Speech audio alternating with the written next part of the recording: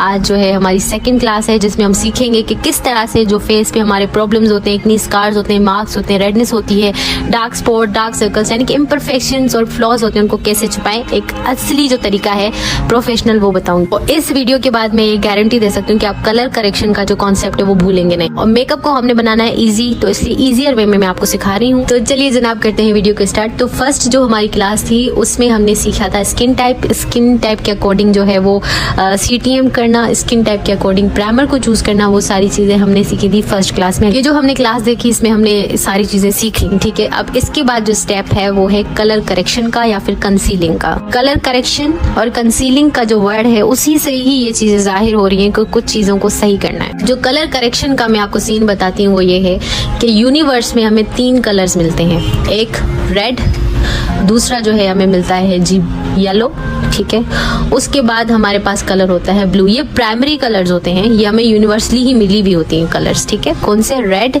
Yellow, blue. And at the end of the course मैं आपसे पूछूंगी, ठीक है, जब भी आप रेड कलर को येलो से मिलाओगे तो कौन सा कलर बनेगा? ऑरेंज कलर बनेगा, ठीक है। उसके बाद जब हम येलो को ब्लू से मिलाएंगे तो कौन सा कलर बनेगा? ग्रीन कलर बनेगा। आप ट्राई भी करना शेड्स को मिला के। उसके बाद जो है ना, जब हम रेड कलर को ब्लू से मिलाएंगे तो कौन सा कलर बनेगा? पर्पल कलर बनेगा। तो ये कौन से कलर होंगे?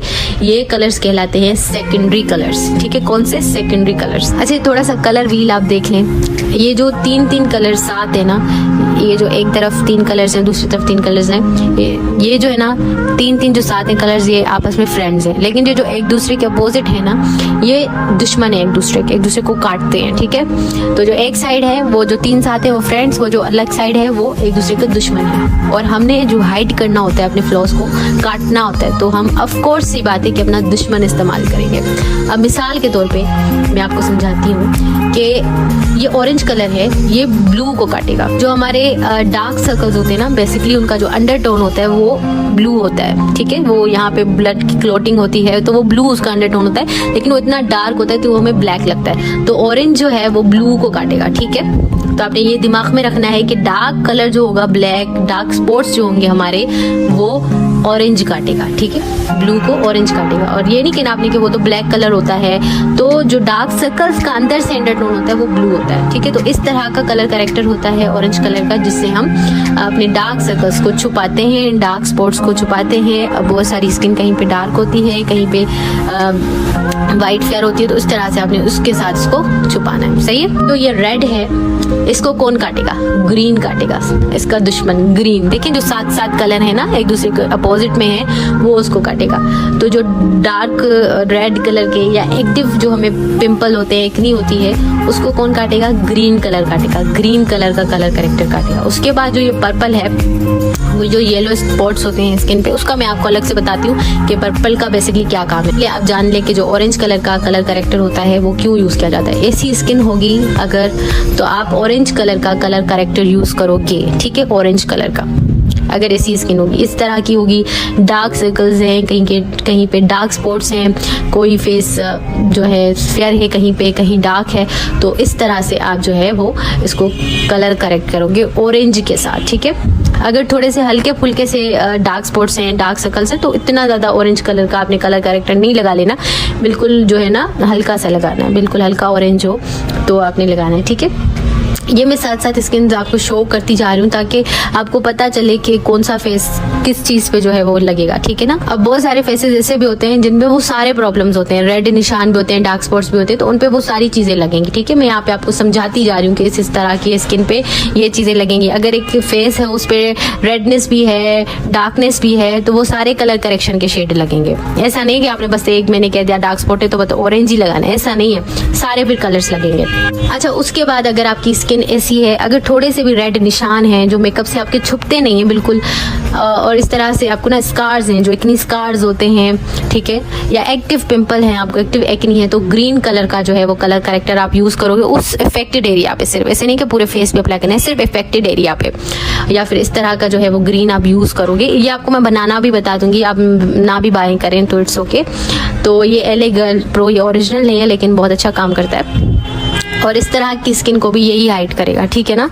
तो आपने कोई और कलर करेक्टर का शेड यूज नहीं करना, क्योंकि वो वर्क नहीं करेगा, क्योंकि एनिमी जैसे मैंने आपको बताया था कि रेड को ग्रीन काटेगा, क्योंकि वो उसका दोस्त नहीं दुश्मन है, सही है। और इस तरह से पिंपल हो तब भी आप जो है यही कलर करेक्टर यूज करोगे, यही शेड यूज करोगे, कंपनी जोन सी भी हो, खुद बना लो आप भी, तो कोई इशू नहीं है। अच्छा, अब एक बात मैं आपको बता दूं यहाँ पे बहुत नोट करने वाली, अगर आपका कलर फेयर है, फेयर कलर में है और आपका टोन जो है वो पिंक है, मतलब पिंकी टाइप की, आप येलो आपका अंडरटोन नहीं है, तो आप पीच कलर का जो है ना वो यूज करोगे अपने डार्क सर्कल्स वगैरह को छुपाने के लिए, या आपकी कोई क्लाइंट है उसके डार्क सर्कल्स को छुपाने के लिए आप पीच कलर का कलर करेक्टर यूज करोगे। और अगर आपकी स्किन जो है वो थोड़ी सी येलो अंडरटोन में है, डार्क में आ जाती है, येलो में आती है, तो फिर आप ऑरेंज यूज करोगे। ये जो ऑरेंज कलर का LA गर्ल प्रो का जो है ना ऑरेंज कलर करेक्टर, काफी डार्क ऑरेंज है, बहुत ज्यादा जो डार्क स्किन होती है ना उस पर यूज होता है। तो अगर आपका इस तरह का कोई कलर करेक्टर है तो आप इसके अंदर फाउंडेशन मिक्स करके ना इसके टोन को जरा मीडियम कर लो, ठीक है ना। आपका इफेक्टेड एरिया डार्क है ना, यानी डार्क सर्कल आपको बहुत ज्यादा है, तो उतना ही डार्क ऑरेंज कलर यूज करोगे, ठीक है। जितना कम है उतना लाइट ऑरेंज। बात आप जहन में बिठा दें कि डार्क बहुत है तो बहुत डार्क कलर यूज हो। तो बच्चों हमने क्या सीखा,